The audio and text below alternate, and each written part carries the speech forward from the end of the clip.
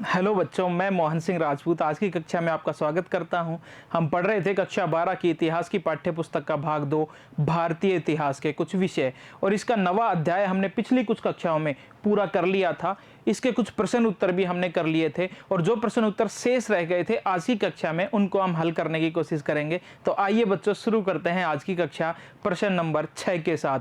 तो देखिए छठा प्रश्न, उदाहरण सहित मुगल इतिहासों के विशिष्ट अभिलक्षणों की चर्चा कीजिए। जो मुगल बादशाह थे उनके समय में जो उनके दरबार में इतिहास लिखे गए थे, तो उन इतिहास लेखन की मुख्य बातें क्या थी, मुख्य विशेषताएं क्या थी, वो सब हमें यहाँ पर बतानी है। तो आइए देखते हैं इसका उत्तर। मुगल सम्राटों ने अपने शासन के विवरणों के लेखन कार्य को अपने दरबारी इतिहासकारों को सौंपा। एक मुख्य बात थी मुगल इतिहास की कि मुगल जो इतिहास है वो मुख्य रूप से दरबार में ही लिखा गया था, मतलब सरकारी इतिहासकारों के द्वारा सरकारी इतिहास के रूप में वो इतिहास लिखा गया था। दरबारी विद्वानों के द्वारा बादशाह के समीप बैठकर ही वो इतिहास लिखा गया था, जिन्होंने यह कार्य विद्वतापूर्ण संपन्न किया। बड़ी बुद्धिमानी से और बड़ी विद्वतापूर्ण उन इतिहासकारों ने वो इतिहास लिखा। जैसे अकबर के समय अबुल फजल ने अकबर के दरबार में बैठ के ही सरकारी पुस्तक एक लिखी थी, अकबरनामा, जिसके कई भाग थे। ये हमने पिछली कक्षाओं में चर्चा की थी। आगे देखिए मुख्य विशेषताएं क्या थी। मुगल इतिवृत्तों अथवा इतिहासों के प्रमुख लक्षण क्या थे। तो पहला है, इतिवृत्तों के लेखक दरबारी इतिहासकार थे। ज्यादातर जो इतिहास लिखा गया वो दरबारी इतिहासकारों के द्वारा, सरकारी इतिहासकारों के द्वारा एक तरह से लिखा गया था। तो देखिए मुगल इतिवृत्तों के लेखक दरबारी इतिहासकार थे।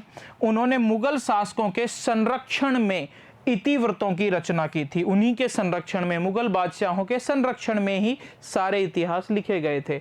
अतः स्वाभाविक रूप से शासक पर केंद्रित घटनाएं, शासक का परिवार, दरबार और अभिजात वर्ग के लोग, युद्ध और प्रशासनिक व्यवस्थाएं उनके द्वारा लिखे जाने वाले इतिहास का केंद्रीय विषय थी। क्योंकि दरबार में बैठ के लिखा जाता था, राजधानी में बैठ के लिखा जाता था, इसलिए उन इतिहासकारों के या दरबार के चारों तरफ जो घटनाएं केंद्रित होती थी उन्हीं को इतिहास में शामिल किया गया। जैसे सम्राट के जीवन के बारे में, बादशाह के जीवन के बारे में, उसके परिवार के बारे में, उसके दरबार और उसके प्रशासन के बारे में, मुख्य मुख्य अधिकारियों के बारे में, राजधानी से दूर के क्षेत्रों में, ग्रामीण क्षेत्रों में, सुदूर क्षेत्रों में क्या घटित हो रहा था उस दौरान, इन घटनाओं को इन इतिहासकारों ने मुख्य रूप से अपने इतिहास में शामिल नहीं किया है। इतिहास लेखन में उनको स्थान नहीं दिया है। तो पहली विशेषता यह है कि दरबारी इतिहासकारों के द्वारा इतिहास लिखे गए और दरबार के इर्द गिर्द जो घटनाएं होती थी उन्हीं को ही मुख्य स्थान दिया गया था।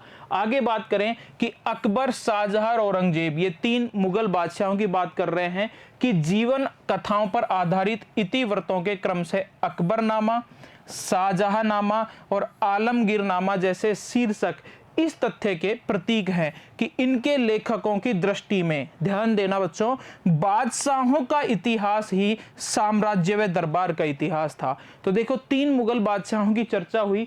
अकबर के समय में जो इतिहास की पुस्तक लिखी गई उसका नाम था अकबरनामा, शाहजहां के समय में लिखी गई थी शाहजहांनामा, और औरंगजेब के समय में लिखी गई थी आलमगीरनामा। और इनके जो लेखक थे उनकी दृष्टि में बादशाह का जो जीवन था वो ही इतिहास था, उसके दरबार की घटनाओं को ही उन्होंने इतिहास में जगह दी है। अगली बात करें, दूसरा बिंदु, प्रबुद्ध राज्य की छवि प्रस्तुत करना। इतिहास लेखकों ने इस चीज को ध्यान में रखते हुए इतिहास लिखा था कि मुगल बादशाहों का जो साम्राज्य है उसे बड़ा शक्तिशाली पेश करना है, बहुत ही विशाल और शक्तिशाली साम्राज्य के रूप में उसका वर्णन करना है इतिहास की पुस्तकों में। तो देखिए मुगल इतिवृत्तों का एक महत्वपूर्ण अभिलक्षण साम्राज्य के अंतर्गत आने वाले सभी लोगों के सामने एक प्रबुद्ध राज्य की छवि प्रस्तुत करनी है, बड़े ही शक्तिशाली और समृद्ध राज्य की छवि प्रस्तुत करनी है। इस तरह से इतिहास लिखा गया। अगला बिंदु है मुगल शासन का विरोध करने वाले लोगों को संदेश देना। साथ ही इतिहास लेखन जो करते थे वो इस उद्देश्य को भी ध्यान में रखते थे कि कोई भी सुदूर क्षेत्रों के दूसरे राज्य के राजा अगर इनके इतिहास को पढ़ते हैं, मुगल साम्राज्य के बारे में जानने के लिए वो इन इतिहास की पुस्तकों को पढ़ते हैं, तो उनके सामने ये संदेश जाना चाहिए कि मुगल साम्राज्य इतना प्रबुद्ध है, इतना शक्तिशाली है कि किसी ने विद्रोह किया तो उसका असफल होना निश्चित है। तो एक संदेश देते थे वो अपने विद्रोहियों को इस इतिहास लेखन के द्वारा। तो देखिए, इतिवृत्तों का एक अन्य अभिलक्षण मुगल शासन का विरोध करने वाले लोगों को यह स्पष्ट रूप से बता देना था कि साम्राज्य की शक्ति, जो साम्राज्य की शक्ति है, उसके सामने उनके सभी विरोधों का असफल हो जाना सुनिश्चित था। तो यह भी एक उद्देश्य था इतिहास लेखन का। अगला चौथा बिंदु है भावी पीढ़ियों को शासन का विवरण उपलब्ध करवाना। इतिहास लिखने का एक ये भी उद्देश्य होता है कि इतिहास लिखा जाता है वो इसीलिए लिखा जाता है कि आगे आने वाली पीढ़ियों को उनके इतिहास, मतलब पहले वाले राजाओं के बारे में वो जानकारी ले सके। तो भावी पीढ़ियों को साम्राज्य का विवरण उपलब्ध रहे, ये भी एक उद्देश्य है। मुगल इतिवृत्तों का एक अन्य महत्वपूर्ण अभिलक्षण भावी पीढ़ियों को शासन का विवरण उपलब्ध कराना था। पांचवा बिंदु है रचना फारसी भाषा में किया जाना। हमने बात की थी कि मुगल जो साम्राज्य था, मुगल जो राज्य था, वहां पे फारसी भाषा उनकी राजभाषा होती थी। तो जितने भी इतिहास दरबार में जितने भी काम होते थे, दरबार में जितने भी इतिहासकारों ने इतिहास लिखे, वो फारसी भाषा में लिखे गए थे। तो ये भी एक मुख्य विशेषता है, मुख्य अभिलक्षण है कि मुगल इतिवृत्तों का एक प्रमुख अभिलक्षण उनकी रचना फारसी भाषा में किया जाना था। मुगल काल में सभी दरबारी इतिहास फारसी भाषा में ही लिखे गए थे। अगला पॉइंट है रंगीन चित्र। हमने बात की थी कि जो इतिहास लिखे जाते थे, किताबें इतिहास की लिखी जाती थी, तो एक पन्ने पे लिखा जाता था, फिर उसमें बीच बीच में कुछ जगह, कुछ पेज खाली छोड़ दिए जाते थे जिनके ऊपर घटनाओं को चित्रित किया जाता था। जैसे कोई घटना लिखी गई कि जहांगीर के राज्याभिषेक के बारे में विवरण लिखा गया, फिर जहांगीर के राज्याभिषेक से संबंधित कोई चित्रकार के द्वारा बनाया जाता था उन खाली पृष्ठों पे। तो इतिहास के जो ग्रंथ थे उनमें रंगीन चित्रों को भी शामिल किया जाता था। यह भी मुगल इतिहास का एक विशिष्ट अभिलक्षण था। तो देखिए, मुगल इतिहासों का एक अन्य अभिलक्षण उनके रंगीन चित्र थे। मुगल पांडुलिपियों की रचना में अनेक चित्रकारों की भी महत्वपूर्ण भूमिका थी और हमने बात की थी मुख्य चित्रकार कौन कौन थे। देखिए बच्चों, अगला प्रश्न, सातवां प्रश्न है, इस अध्याय में दी गई दृश्य सामग्री किस हद तक अबुल फजल द्वारा किए गए तस्वीर के विवरण से मेल खाती है, जो स्रोत 1 में आपकी किताब में दी हुई है। तो मतलब अबुल फजल चित्रकला के बारे में, जो इतिहास में रंगीन चित्र बनाए जाते थे इतिहास के ग्रंथों में, उनके बारे में क्या विचार थे अबुल फजल के, इसका हमें वर्णन करना है। मुगल चित्रकला का मुख्य रूप से यहाँ पे वर्णन करना है। तो देखिए, इसमें कोई संदेह नहीं कि इस अध्याय में दी गई दृश्य सामग्री, जितने भी चित्र इस अध्याय में हमने किताब में देखे हैं, वो जितने भी चित्र हैं वो मुगल दरबार के जो शाही चित्रकार थे उनके द्वारा बनाए गए थे। तो वही बात कर रहे हैं। और फिर से देखिए, इसमें कोई संदेह नहीं कि इस अध्याय में दी गई दृश्य सामग्री अबुल फजल द्वारा वर्णित तस्वीर के वर्णन से पर्याप्त सीमा तक मेल खाती है। उल्लेखनीय है कि मुगल काल में चित्रकारी अथवा चित्रकला का सराहनीय विकास हुआ था, काफी विकास हुआ था मुगल काल में चित्रकला का। लगभग जो सभी मुगल बादशाह थे वो चित्रकला के प्रेमी थे, सभी को चित्रकला पसंद थी, चित्रकला के विशेष प्रेमी थे। जहांगीर तो सबसे ज्यादा उसकी चित्रकला में रुचि थी, लेकिन एक मुगल बादशाह था जिसकी चित्रकला में रुचि नहीं थी, उसका क्या नाम था, औरंगजेब। तो लिखा हुआ है, अपवाद स्वरूप औरंगजेब को छोड़कर लगभग सभी मुगल बादशाहों की चित्रकला में विशेष रुचि थी। आगे बात करें कि प्रथम मुगल बादशाह था बाबर, और बाबर ने चित्रकला को राज आश्रय प्रदान किया था और उसके दरबार में कुछ प्रसिद्ध चित्रकार भी हमने देखे थे। आगे बात करें, बाबर के उत्तराधिकारी मतलब बाबर का पुत्र हुआ था हुमायूं। हुमायूं जब भारत में पराजित होके, शेर शाह सूरी से पराजित होके फारस चला गया था, तो फारस में उसने कुछ चित्रकारों को देखा, उनकी चित्रकला से वो प्रभावित हुआ, और हुमायूं जब वापस भारत लौटा तो फारस से 2 प्रसिद्ध चित्रकारों को अपने साथ अपने देश भारत या अपनी राजधानी में ले आया था। देखिए, बाबर का उत्तराधिकारी हुमायूं को चित्रकला से विशेष लगाव था, लेकिन राजनीतिक उथल पुथल के कारण जब उसे भारत छोड़कर फारस जाना पड़ा, मतलब फारस में शरण लेनी पड़ी, तो वहां उसे इस कला के अध्ययन का सुअवसर प्राप्त हुआ। फारस में उसने इस कला को, चित्रकारी के जो कार्य वहां पर हो रहे थे चित्रकला के, उसको थोड़ा सा ध्यान से देखा। यहीं उसका परिचय, यहीं पर फारस में ही हुमायूं का परिचय फारस के उच्च कोटि के चित्रकारों से हुआ। बिहिजाद जैसे चित्रकारों के नाम से सफावी दरबार की सांस्कृतिक प्रसिद्धि का चारों ओर प्रसार करने में महत्वपूर्ण योगदान दिया था। फारस में एक प्रसिद्ध चित्रकार था जिसका नाम था बिहिजाद, और ये इतना प्रसिद्ध था कि बाबर ने भी अपनी आत्मकथा बाबरनामा में इस चित्रकार का उल्लेख किया है। ठीक है, इसे पूर्व का राफेल भी कहा जाता है। तो बिहिजाद है, इसके योगदान से ही, चित्रकला में जो इसका योगदान था, उससे जो फारसी साम्राज्य था उसकी सांस्कृतिक उपलब्धियां चारों तरफ फैल रही थी। आगे देखिए, फारस के कई चित्रकार हुमायूं के साथ भारत आ गए थे। कई सारे चित्रकार जब हुमायूं फारस से भारत आए तो उसके साथ आ गए थे। उनमें दो बड़े प्रसिद्ध थे, पहला था मीर सैयद अली और दूसरा था अब्दुस समद। तो मीर सैयद अली और अब्दुस समद फारस के प्रसिद्ध चित्रकार थे जो हुमायूं के साथ भारत आ गए थे। और हुमायूं के दरबार के दो प्रसिद्ध चित्रकार कौन हो गए यहाँ पर? मीर सैयद अली और अब्दुस समद। इन्होंने एक ग्रंथ को चित्रित करना शुरू किया। ग्रंथ जो लिखा हुआ था उसमें विभिन्न घटनाओं का वर्णन किया हुआ था, उन घटनाओं को चित्रित करना शुरू कर दिया इन दोनों लेखकों ने। तो देखिए क्या लिखा है, सम्राट के आदेश से, मतलब हुमायूं जो सम्राट था इन्हीं के आदेश से इन दोनों चित्रकारों ने, मतलब मीर सैयद अली और ख्वाजा अब्दुस समद ने सुप्रसिद्ध फारसी ग्रंथ जिसका नाम है दास्तान ए अमीर हमजा को चित्रित करना प्रारंभ किया था। तो मुगल काल का पहला चित्रित ग्रंथ कौन सा हो गया? दास्तान ए अमीर हमजा। और इस ग्रंथ को हुमायूं के समय चित्रित करना शुरू किया मीर सैयद अली और ख्वाजा अब्दुस समद। अब हुमायूं के बाद कौन बादशाह बना? अकबर। तो देखिए अकबर के समय चित्रकला के बारे में क्या बातें हैं। मुगल कालीन चित्रकला का वास्तविक आरंभ सम्राट अकबर के शासनकाल से हुआ ऐसा माना जाता है।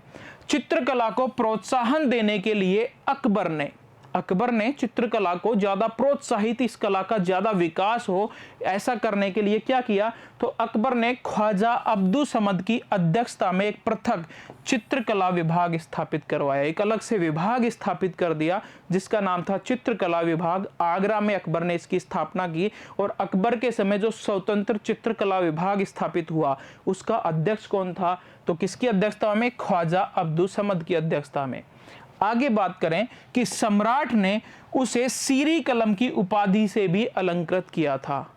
मुगल बादशाह अकबर ने सीरी कलम की उपाधि किसको प्रदान की थी? ख्वाजा अब्दुस समद को।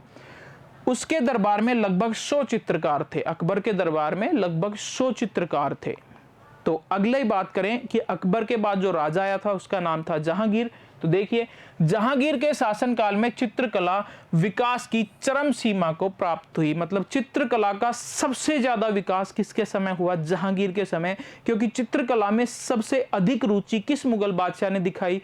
जहांगीर ने। इसीलिए चित्रकला का स्वर्णकाल किस मुगल बादशाह के समय को कहेंगे? जहांगीर के समय को। देखिए अबुल फजल बादशाह को यह कहते हुए उद्धृत करता है कि कई लोग ऐसे हैं जो चित्रकला से घृणा करते हैं, पर मैं ऐसे व्यक्तियों को नापसंद करता हूं। हमने बात की थी जब इस अध्याय को हम पढ़ रहे थे कि इस्लाम धर्म में जीवित वस्तुओं को चित्रित करना वर्जित किया गया है। मतलब जीवित वस्तुओं को बनाना केवल खुदा का काम है, ईश्वर का काम है। कोई मनुष्य अगर जीवित वस्तुओं को चित्रित करता है तो खुदा की रचनात्मक शक्ति को अपने हाथ में ले रहा है, मतलब खुदा की सत्ता को चुनौती दे रहा है, ऐसा माना जाता है। इसलिए जीवित वस्तुओं का चित्र नहीं बनना चाहिए। बहुत सारे जो रूढ़िवादी इस्लाम धर्म के खलीफा वगैरह थे या मौलाना वगैरह थे, उन्होंने इस चित्रकला का विरोध किया था। तो अबुल फजल उन्हीं को कह रहा है कि बहुत सारे लोग ऐसे हैं जो चित्रकला की इस कला से घृणा करते हैं, लेकिन मैं उन लोगों से घृणा करता हूं जो चित्रकला को नापसंद करते हैं। क्यों? आगे क्या कह रहा है अबुल फजल, देखो। मुझे ऐसा लगता है कि कलाकार के पास खुदा को पहचानने का बेजोड़ तरीका है। चूंकि कहीं न कहीं उसे यह महसूस होता है, चित्रकार को कहीं ना कहीं यह महसूस होता है कि खुदा की रचना को वह जीवन नहीं दे सकता। कहता है कि कहीं ना कहीं चित्रकार को ये पता है कि खुदा की जो रचनात्मक शक्ति है उसे तो वो नहीं ले सकता, किसी चीज को जीवन तो नहीं दे सकता, लेकिन उन जीवित वस्तुओं को चित्र बनाकर वो खुदा की एक तरह से सत्ता को पहचान सकता है। आगे बात करें, इसलिए अबुल फजल ने चित्रकारी का उल्लेख एक जादुई कला के रूप में किया है। अबुल फजल ने चित्रकला को एक जादुई कला कहा है। देखिए बच्चों, अगला प्रश्न, मुगल अभिजात वर्ग के विशिष्ट अभिलक्षण क्या थे और बादशाह के साथ उनके संबंध किस तरह बने। यहाँ पर हमें बताना है मुगल अभिजात वर्ग के बारे में, मतलब मुगल जो दरबार था उसमें जो बड़े बड़े अधिकारी होते थे, जिन्हें मनसबदार कहते थे, जिन्हें अमीर वर्ग भी कहा जाता था, बड़े अधिकारियों के वर्ग को अमीर कहा जाता था, उनके बारे में यहाँ पर उनकी क्या विशेषता थी, क्या मुख्य अभिलक्षण थे, ये हमें बताने हैं। साथ ही मुगल बादशाह के साथ उनके संबंध कैसे होते थे, ये हमें यहाँ पर समझाना है। तो देखिए इसका उत्तर, मुगल राज्य का महत्वपूर्ण स्तंभ अधिकारियों का दल था, जिसे इतिहासकारों ने सामूहिक रूप से अभिजात वर्ग की संज्ञा से अभिहित किया है। मतलब जो अधिकारी होते थे मुगल दरबार में, बड़े बड़े मनसबदार भी जिनको कहा जाता है, अमीर वर्ग भी जिनको कहा जाता है, उन्हीं को यहाँ पे क्या नाम दिया है, अभिजात वर्ग। अभिजात वर्ग में भर्ती, क्योंकि उन्हें जो इस अधिकारियों के रूप में जो भर्ती हो जाते थे उन्हें बहुत ज्यादा वेतन मिलता था, मतलब उनकी उन्नति के रास्ते एक तरह से खुल जाते थे। तो अभिजात वर्ग में भर्ती नृ जातीय अथवा धार्मिक समूहों से होती थी। जैसे शुरुआत में जब मुगल यहाँ पर आए तो ज्यादातर उनके जो अधिकारी होते थे वो विश्वास पात्र लोगों को ही उसमें भर्ती करते थे, और विश्वास पात्र जो उनके साथ मुगल जो आए थे, मतलब भारत के लोगों को मुख्य रूप से अधिकारी वर्ग में शामिल नहीं किया जाता था, उन पे वो प्रारंभ में विश्वास नहीं करते थे। अकबर के समय से भारतीय लोगों को, राजपूतों और भारतीय मुसलमान जिन्हें शेख ज़्यादा कहा जाता था, उनको भी अधिकारी वर्ग में शामिल किया गया था। तो शुरू में मतलब किसी धार्मिक वर्ग से ही इनको शामिल किया जाता था। इससे यह सुनिश्चित हो जाता था कि कोई भी दल इतना बड़ा न हो सके कि वह राज्य की शक्ति को चुनौती दे सके। विभिन्न धर्मों से, विभिन्न, जैसे नरजातीय समूह का मतलब है ईरानी दल के लोग होते थे तो उनसे भी, इसके अलावा अफगानी लोग होते थे उनसे भी, सभी वर्गों से नरजातीय वर्गीय अधिकारियों को भर्ती किया जाता था कि कोई भी गुट इतना बड़ा ना हो सके कि वो सम्राट की सत्ता को चुनौती दे। आगे बात करें कि 1560 की बात कर रहे हैं, मतलब 1560 में मुगल बादशाह अकबर के समय की बात कर रहे हैं। तो अकबर के समय, या कहें कि 1560 से आगे, भारतीय मूल के दो शासकीय समूहों, एक है राजपूत और दूसरे हैं भारतीय मुसलमानों, जिन्हें क्या कहा जाता था, शेखजादाओं, ने भी शाही सेवा में प्रवेश किया। 1560 से पहले अधिकारी वर्ग में या शाही सेवा में इन लोगों को जगह नहीं दी जाती थी, राजपूतों को और भारतीय मुसलमानों को, लेकिन अकबर ने इन पर विश्वास दिखाया और इनको भी अधिकारी वर्ग में, अभिजात वर्ग में शामिल कर लिया था। इसमें नियुक्त होने वाले प्रथम व्यक्ति, मतलब इन समूहों से, राजपूत समूह से नियुक्त होने वाले पहले व्यक्ति कौन थे, तो पहले व्यक्ति थे राजपूत मुखिया, जो आमेर या आमेर का राजा भारमल कछवा था, जिसकी पुत्री से अकबर ने विवाह किया था। आमेर के राजा भारमल पहले राजपूत व्यक्ति थे जो अधिकारी वर्ग में शामिल हुए थे, और उसके बाद बहुत सारे लोग इस वर्ग में शामिल होने लग गए थे। शिक्षा और लेखा शास्त्र की ओर झुकाव वाले हिंदू जातियों के सदस्यों को भी पदोन्नत किया जाता था। वैसे जितने भी अधिकारी होते थे वो कोई भी, जैसे वित्त मंत्री है या किसी दूसरे कार्य को देखने वाला मंत्री है, दीवान है, वित्त मंत्री है, सभी को युद्ध पर भी जाना होता था। मतलब सभी अधिकारी सैनिक अधिकारी होते थे, मुगल साम्राज्य की एक विशेषता थी। लेकिन कुछ ऐसे भी होते थे जिन्हें चाहिए लड़ना नहीं आता हो, अच्छे योद्धा चाहिए वो ना हो, लेकिन वो विद्वान होते थे। जैसे बात की हमने कि शिक्षा और लेखा शास्त्र में उनकी विशेष रुचि होती थी, उनको भी शामिल किया जाता था। और ऐसा ही एक उदाहरण है, इसका एक प्रसिद्ध उदाहरण है अकबर के वित्त मंत्री टोडरमल का, जो खत्री जाति के होते हुए भी उन्हें बड़ा पद, बड़े अधिकारी वर्ग में शामिल किया गया था। आगे बात करें, जहांगीर के शासनकाल में ईरानियों को उच्च पद प्राप्त हुए। जो जहांगीर था उसके समय जो ईरानी गुट के जो लोग थे उन्हें बड़े बड़े पद दिए जाने लग गए। क्यों? क्योंकि जहांगीर की जो बेगम थी, जिसपे जहांगीर बहुत ज्यादा विश्वास करता था, नूरजहां, वो खुद कहां की थी? ईरान की थी। इसलिए ईरानी लोगों को ज्यादा भर्ती किया जाने लगा जहांगीर के समय। क्यों? क्योंकि जहांगीर की राजनीतिक रूप से प्रभावशाली बेगम नूरजहां ईरानी थी, इसलिए ईरानी गुट के लोगों को जहांगीर के समय बड़े पद दिए जाते थे। अभिजात वर्ग के सदस्यों के लिए शाही सेवा शक्ति, धन तथा उच्चतम प्रतिष्ठा प्राप्त करने का एक जरिया होती थी। सेवा में आने का इच्छुक जो भी व्यक्ति होता था, एक अभिजात के जरिए याचिका प्रस्तुत करता था। कोई भी अधिकारी है, उसके जरिए एक याचिका, हम कह दें एक आवेदन पत्र, दरबार में सम्राट के सामने प्रस्तुत किया जाता था। जो भी उस दल में शामिल होना चाहता था, फिर उस पर विचार विमर्श करके फैसला लिया जाता था कि इसे अधिकारी वर्ग में शामिल किया जाए या नहीं। जो बादशाह के सामने तजवीज प्रस्तुत करता था, आवेदन पत्र प्रस्तुत करता था, अगर याचिकाकर्ता को सुयोग्य माना जाता था तो उसे मनसब प्रदान कर दिया जाता था, मतलब शाही सेवा में, अधिकारी गुट में, अभिजात वर्ग में शामिल कर लिया जाता था। मीर बख्शी एक बहुत बड़ा पद होता था सेना में, जो बहुत बड़ा पद होता था, एक तरह से सेनापति कह सकते हैं। मीर बख्शी अधिकारी था बहुत बड़ा। तो मीर बख्शी मतलब उच्चतम वेतनदाता, खुले दरबार में बादशाह के दाएं ओर खड़ा होता था तथा नियुक्ति और पदोन्नति के सभी उम्मीदवारों को प्रस्तुत भी यही करता था, मीर बख्शी। ठीक है बच्चों, देखिए अगला प्रश्न। राजत्व के मुगल आदर्श का निर्माण करने वाले तत्वों की पहचान कीजिए। वो तत्व हमें बताने हैं जो मुगल आदर्श मतलब राज्य आदर्श का निर्माण करते थे। मतलब हमने बात की थी कि मुगल जो बादशाह थे वो अपने आप को ईश्वर या खुदा की परछाई मानते थे, खुदा का प्रतिनिधि मानकर यहाँ पर शासन करते थे। और अबुल फजल ने तो लिखा भी है कि ये अन्य व्यक्तियों से ज़्यादा योग्य है, क्योंकि खुदा की परछाई के रूप में, खुदा के प्रतिनिधि के रूप में बादशाह यहाँ पर शासन करना है। तो वो राजत्व का दैवीय सिद्धांत था जो अबुल फजल के द्वारा प्रस्तुत किया गया था, उसकी यहाँ पर हमें चर्चा करनी है। तो देखिए बच्चों, इसका उत्तर, मुगलों के राजत्व सिद्धांत का वास्तविक प्रस्फुटन अकबर के शासनकाल में हुआ। राजत्व सिद्धांत का मतलब खुदा के द्वारा दी हुई सत्ता के कारण वो आपका राजा है, ये एक विश्वास, दैवीय विश्वास जो होता था, उसका विकास अबुल फजल के द्वारा किया गया अकबर के समय।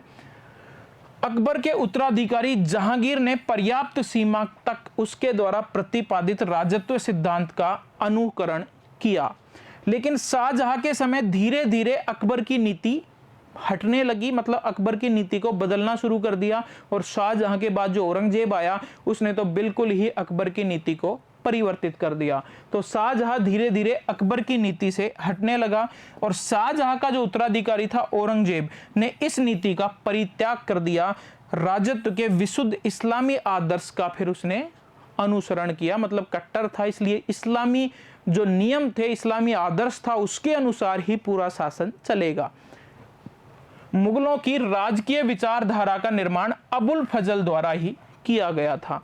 क्या है अबुल फजल? राजत्व के मुगल आदर्श का निर्माण करने वाले तत्व इस प्रकार थे। और पहला है राजपद का दिव्य या दैवीय सिद्धांत। देखिए क्या है, सभी मुगल सम्राट राजपद के दिव्य या दैवीय सिद्धांत में विश्वास करते थे।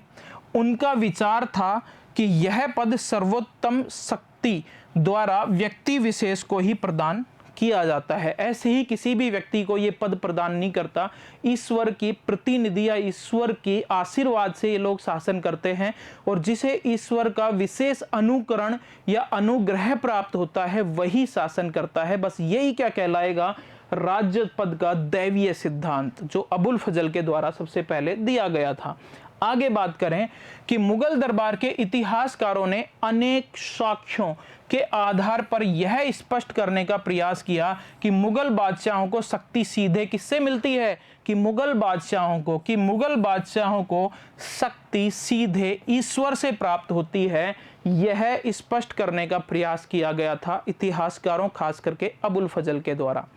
अगले पॉइंट की बात करें कि राजत्व के दैवीय सिद्धांत की व्याख्या करते हुए अबुल फजल ने लिखा था, क्या लिखा था, ध्यान देना बच्चों। यहां पर अबुल फजल ने लिखा है कि राजा एक सामान्य मानव से कहीं अधिक होता है, वह पृथ्वी पर ईश्वर का प्रतिनिधि है। ऐसा लिखा है अबुल फजल ने कि वह पृथ्वी पर ईश्वर का प्रतिनिधि है, ईश्वर का रूप है और उसे एक सामान्य मनुष्य की अपेक्षा बुद्धि विवेक का ईश्वरीय वरदान अधिक मात्रा में प्राप्त होता है। सामान्य मनुष्य से अधिक मात्रा में ईश्वरीय वरदान, ईश्वरीय अनुग्रह बादशाह को प्राप्त है, क्योंकि वह ईश्वर का प्रतिनिधि, ईश्वर के रूप में ही पृथ्वी पे आया है शासन करने के लिए। ठीक है, आगे बात करें। उसके अनुसार, किसके अनुसार? अबुल फजल के अनुसार राज्य शक्ति ईश्वर से फूटने वाला प्रकाश है और सूर्य से निकलने वाली किरण ही क्या है? राजा है। यही क्या है? राजपद का दैवीय सिद्धांत। राजपद के इसी सिद्धांत के कारण मुगल सम्राट स्वयं को पृथ्वी पर ईश्वर का प्रतिनिधि समझते थे। आगे बात करें, अकबर, जहांगीर, शाहजहां, औरंगजेब आदि सभी ने जिल्ल-ए इलाही का मतलब है ईश्वर की छाया की उपाधि धारण की थी। मतलब ये सभी मुगल बादशाह जो यहाँ पर हैं, इन्होंने एक उपाधि धारण की थी जिसका नाम है जिल्ल-ए-इलाही। जिल्ल-ए-इलाही का मतलब है ईश्वर की परछाई या ईश्वर की छाया उनमें है, ऐसी उपाधि वो धारण करते थे। राजपद के इस दैवीय सिद्धांत ने मुगल सम्राटों की शक्ति में वृद्धि की तथा जन सामान्य में सम्राट पद के प्रति आदर सम्मान तथा श्रद्धा की भावनाएं भी उत्पन्न की। इससे क्या है कि जिल्ल-ए-इलाही या ईश्वर की परछाई जब घोषित कर दिया जाता है बादशाहों को, तो लोग उनका ज्यादा सम्मान करते हैं, लोग श्रद्धा की भावना रखते हैं और उनके खिलाफ विद्रोह भी कम से कम होते हैं।